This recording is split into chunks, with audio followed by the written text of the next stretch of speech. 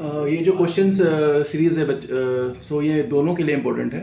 Other teachers और students दोनों के लिए इम्पोर्टेंट है। तो ये जो क्वेश्चंस है मुझसे पूछा गया था डीपीएस इंटरव्यू में, ठीक है। एंड ऑनलाइन था ये इंटरव्यू और ऑनलाइन ही मुझे ये सॉल्व करके देना पड़ रहा था, ठीक है। तो चलिए आइए देखते हैं क्वेश्चंस को कैसे आखिर सॉल्व करें। इसमें लिखा हुआ है 2 blocks of mass 8 kg and 12 kg। Clearly पता चल रहा है कि ये जो है एनएलएम जो न्यूटन्स लॉज ऑफ मोशन का क्वेश्चन है, ठीक है। तो आइए इसके लिए एक डायग्राम बना लेते हैं। तो देखिए 2 ब्लॉक्स मास 8 kg और 12 kg का कनेक्टेड है at the two ends of the light एक्सटिंग पासेज ओवर है फ्रिक्शनलेस। ये एफएलए मतलब फ्रिक्शनलेस पुली है। तो इस तरह का ये होगा बच्चों, ये इस तरह का सपोर्ट दिया हुआ है, ठीक है। और यहाँ पे सपोज कीजिए इसका पॉइंट ये ऐसा होगा और ये पुली जो है इस तरह से पास कर रहा होगा, ठीक है। इस तरह से कुछ, ठीक है, इस तरह से पास कर रहा होगा, ठीक है। अब देखिए दो मासेस हैं हमारा 8 kg और 12 kg। तो सपोज कीजिए ये हमारा है 8 kg का ब्लॉक, ठीक है, और ये हमारा जो है वो है 12 kg का। जाहिर सी बात है 12 kg भारी है तो ये थोड़ा सा नीचे रहेगा इन कंपैरिजन टू 8 kg, ठीक है। अब देखिए इसमें कौन कौन सा फोर्स लग जाएगा तो ये हम लोग देख लेते हैं। तो देखिए इसके सपोर्ट की तरफ जो लगता है वो टेंशन फोर्स लगता है। सो दैट इज़ योर, यहाँ पे हो जाएगा हमारा ये टेंशन इधर लगेगा, ठीक है। और उसके बाद यहाँ पे जो है टेंशन इस साइड लगेगा, ठीक है। सो सबसे पहले हम लोग देख लेते हैं टेंशन जो है बड़ा किस में है। टेंशन बड़ा जो होगा वो 8 kg के ब्लॉक में होगा, ठीक है। और टेंशन छोटा किस में होगा तो वो इसके में। उसके बाद फिर इसका नीचे लग जाएगा mg। सो ये हो जाएगा हमारा 8g, ठीक है। अभी तक तो 5g चल रहा है लेकिन 8g यहाँ पर गया, चलिए। और यहाँ 12g, ठीक है। 8g और 12g नीचे, ठीक है। यानी कि mg का जो नीचे mg लगता है और ऊपर टेंशन फोर्स जो लग रहा है वो हमारा लगा है, ठीक है। उसके बाद जाहिर सी बात है 12 kg वाला सपोर्ट नीचे जा रहा होगा तो एक्सीलरेशन जो है हमारा इस डायरेक्शन में होगा, ठीक है। एक्सीलरेशन हमारा इस डायरेक्शन में होगा। तो आइए इसके लिए इक्वेशन हम लोग बना लेते हैं। तो इक्वेशन क्या क्या हो जाएंगे इसमें, तो सबसे पहले हम लोग देख लेते हैं 12g में। तो देखिए 12g इधर नीचे जा रहा है और टेंशन इसमें टेंशन ऊपर आएगा, ठीक है। टेंशन ऊपर आएगा इसमें और टेंशन इसमें नीचे आएगा, ठीक है। देखिए सपोर्ट की तरफ टेंशन लगता है, ठीक है। सपोर्ट की तरफ टेंशन लगता है। तो इसके लिए हम लोग अगर इक्वेशन बनाना चाहें तो हम लोग बना सकते हैं 12g minus T. 12g minus T, ये टी यहाँ पे है और ये बराबर हो जाएगा हमारा 12a मास इंटू एक्सेलरेशन, यानी 12 मास है इंटू एक्सेलरेशन 12a, ठीक है। और क्या बोल रहा है सेकेंड इक्वेशन हम लोग निकालेंगे। तो हम लोग निकालेंगे दैट इज़ यहाँ पे टेंशन ज़्यादा है, ये निकालेंगे क्योंकि ये ब्लॉक नीचे की तरफ आ रहा है तो टेंशन ज़्यादा है। तो T minus 8g is equals to 8a। देखिए इसमें सिंपली बोला गया था कि एक्सेलरेशन का फॉर्मूला हमको बताइए, ठीक है। तो चलिए 12g ये सबको निगलेक्ट कर देते हैं, निगलेक्ट कर भी देते हैं। अगर सपोज कीजिए कि हम लोग मान लेते हैं इसको m1 मास मान लेते हैं और इसको हम लोग मान लेते हैं m2 मास, ठीक है। तो अगर m1 और m2 के पर्सपेक्टिव से देखें तो क्या हमारा इक्वेशन हो जाएगा। तो देखिए m1 और m2 के पर्सपेक्टिव से m2g, ठीक है, m2g minus t is equals to m2a, ठीक है। m2a ये हमारा पहला इक्वेशन हो गया। दूसरा इक्वेशन हो जाएगा हमारा m1g, sorry t minus m1g, t minus m1g equals to m1a। ये हमारा दूसरा इक्वेशन हो गया, ठीक है। अब ये देखिए दोनों इक्वेशन यहाँ पे आ गए हैं। अब हम लोग क्या करते हैं दोनों इक्वेशन को ऐड कर देते हैं, ठीक है। दोनों इक्वेशन को ऐड कर देते हैं, लेफ्ट साइड और राइट साइड को, ठीक है। देखिए यहाँ पे ये लेफ्ट साइड को और इधर राइट साइड को हम लोग क्या करते हैं ऐड कर देते हैं।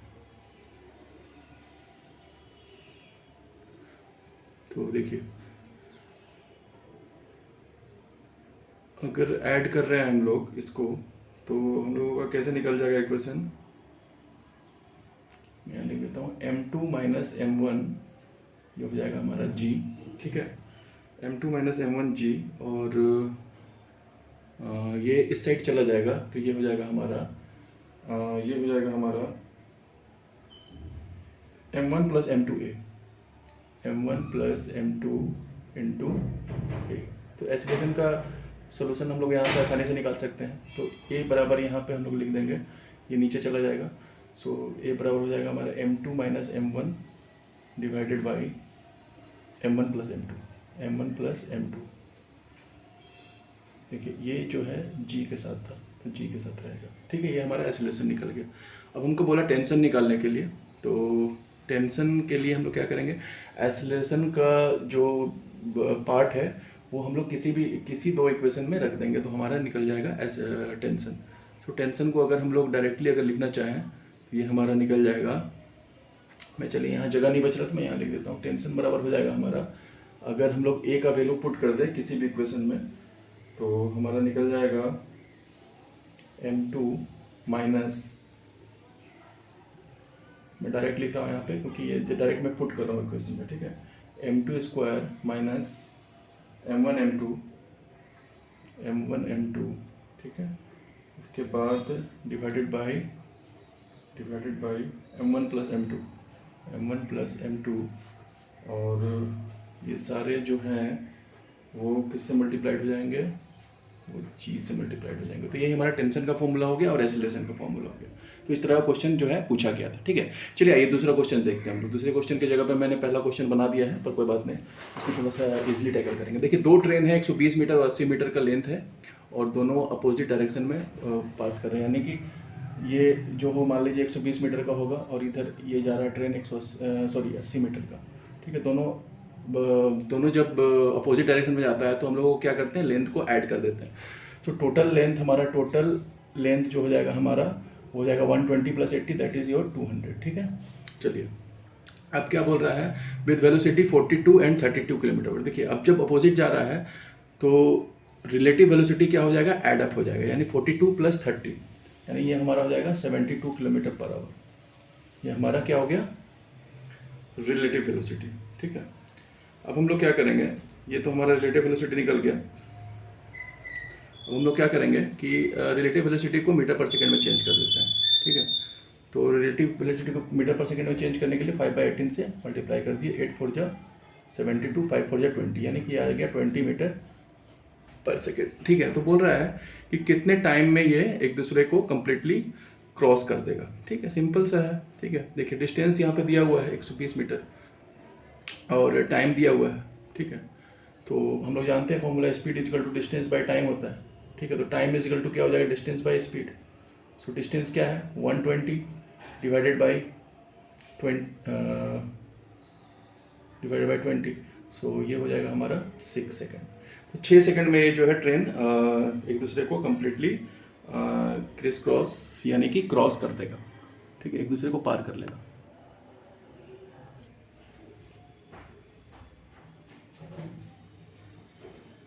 तो चलिए आइए बाकी के क्वेश्चंस देखते हैं हम लोग। ये क्या बोल रहा है, एक फॉल्टी थर्मोमीटर है और उसका फिक्स्ड पॉइंट जो है मार्क्ड है 5 डिग्री, यानी कि लोअर फिक्स्ड पॉइंट 5 है और अपर फिक्स्ड पॉइंट 95 है। तो हम लोगों को रीडिंग जो है 59 बता रहा है, तो करेक्ट टेम्परेचर हम लोगों को निकालना है, ठीक है। तो इसके लिए सिंपल सा फॉर्मूला हम लोग लगा देंगे इसमें, that is your C - 0 by 100 - 0 is equal to, ये फॉर्मूला है डायरेक्टली। तो रीडिंग जो आया होगा, रीडिंग दैट जो कि 59 है, और उसके बाद हम लोगों का upper fixed point minus lower fixed point, ठीक है। अपर फिक्स्ड पॉइंट क्या है हमारा, अपर फिक्स्ड पॉइंट है 95 और लोअर फिक्स्ड पॉइंट है हमारा 5, ठीक है। माइनस यहाँ पे कर देंगे हम लोग LFP यानी कि लोअर फिक्स्ड पॉइंट। तो इसको जब मैंने कैलकुलेट किया तो ये जो आया अप्रॉक्स 60 डिग्री सेल्सियस के अप्रॉक्स आइए। जब इसको में रख देंगे, रीडिंग में हम लोग रख देंगे 59, अपर फिक्स्ड पॉइंट में 95 और लोअर में 5 और यहाँ पे 5, ये हमारा आ जाएगा 60, ठीक है। चलिए अब अगला देखते हैं हम लोग, चौथा क्वेश्चन। यहाँ पे बोल रहा है कि टू लेंसेज का जो है सेम मास है, सेम रेडियस है, तो किसका ज़्यादा मोमेंट ऑफ इनर्शिया होगा, ठीक है। बहुत ही कंसेप्चुअल क्वेश्चन था और काफ़ी आसान है इसको बनाना, ठीक है।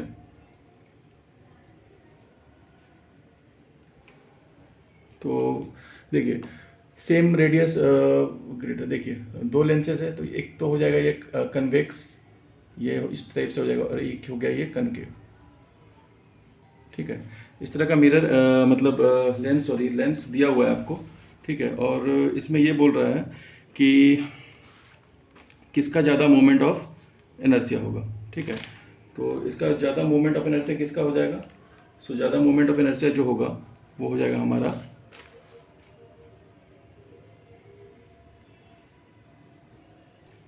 कनकेव लेंस, ठीक है। कनकेव लेंस क्यों होगा? क्योंकि देख रहे हैं यहाँ पे इसका शेप जो है बीच में ये क्या हो जाता है, पतला हो जाता है, और ऊपर में क्या होता है, मोटा होता है। यहाँ पे ये क्या होता है, इसका जस्ट अपोजिट, ऊपर में पतला रहता है, ठीक है, और बीच में ये मोटा हो जाता है। बीच में मतलब थिक हो जाता है, ठीक है। बीच में थिक, ऊपर में थिन, कौन होता है? Convex lens. और कनकेव लेंस क्या होता है? ऊपर में थिक होता है, नीचे में थिक होता है, और बीच में हमारा क्या हो जाता है, वो थिन हो जाता है, ठीक है। सो यहाँ पे हम लोग बोल सकते हैं कि मोर मास इज सिचुएटेड, इसका जो रीज़न हो जाएगा कनकेव होगा इसका आंसर, और इसका रीज़न हो जाएगा more mass is situated from the centre of axis for concave lens, ठीक है। So concave lens will be the answer. Now अगला क्वेश्चन पूछा गया था, म्यूचुअल इंडक्टेंस जो है वो किस किस चीज़ों पे डिपेंड करता है, ठीक है। म्यूचुअल इंडक्टेंस जो है हमारा वो किस किस चीज़ों पे डिपेंड करता है। देखिए ये हम लोग पढ़ते आ रहे हैं। तो म्यूचुअल इंडक्टेंस जो होता है क्या होता है, एक ये ऐसा प्रॉपर्टी होता है जहाँ के whereby an EMF is induced in a circuit by a charge of flux due to current changing in an adjacent circuit। कहने का मतलब है कि इसका एग्जांपल है तो एक ट्रांसफार्मर बहुत ही अच्छा एग्जांपल है म्यूचुअल इंडक्टेंस का, जो कि चेंज करता है वैल्यू ऑफ करंट और वोल्टेज को एडजेसेंट में। सो ये हमारा म्यूचुअल इंडक्टेंस होता है। So mutual inductance basically depend किस पे करता है, तो नंबर ऑफ टर्न्स पे डिपेंड करता है कॉइल्स का, ठीक है। नंबर ऑफ टर्न्स पे, लेंथ पे भी डिपेंड करता है कॉइल का, ठीक है, लेंथ प्रत्येक कॉइल का, ठीक है। उसके बाद एरिया जो है कॉइल का कितना है उस पर भी डिपेंड करता है, ठीक है। इसके बाद परमिएबिलिटी पे डिपेंड करता है किसका? So permeability of the medium inside the coil, ठीक है। और अगला सेपरेशन बिटवीन द कॉइल कितना है उस पर भी डिपेंड करता है, सेपरेशन बिटवीन दो कॉइल के बीच में कितना दूरी है, ठीक है। उसके बाद एक और चीज़ है जो कि रिलेटिव ओरिएंटेशन कहलाता है, रिलेटिव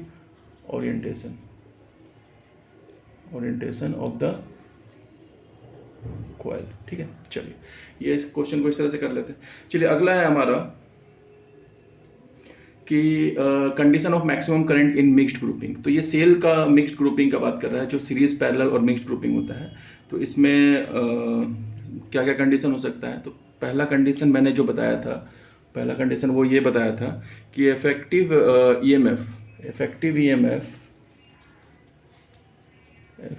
EMF जो होगा of all the cells is high, ये कंडीशन रहेगा तो करंट हमारा मैक्सिमम हो जाएगा।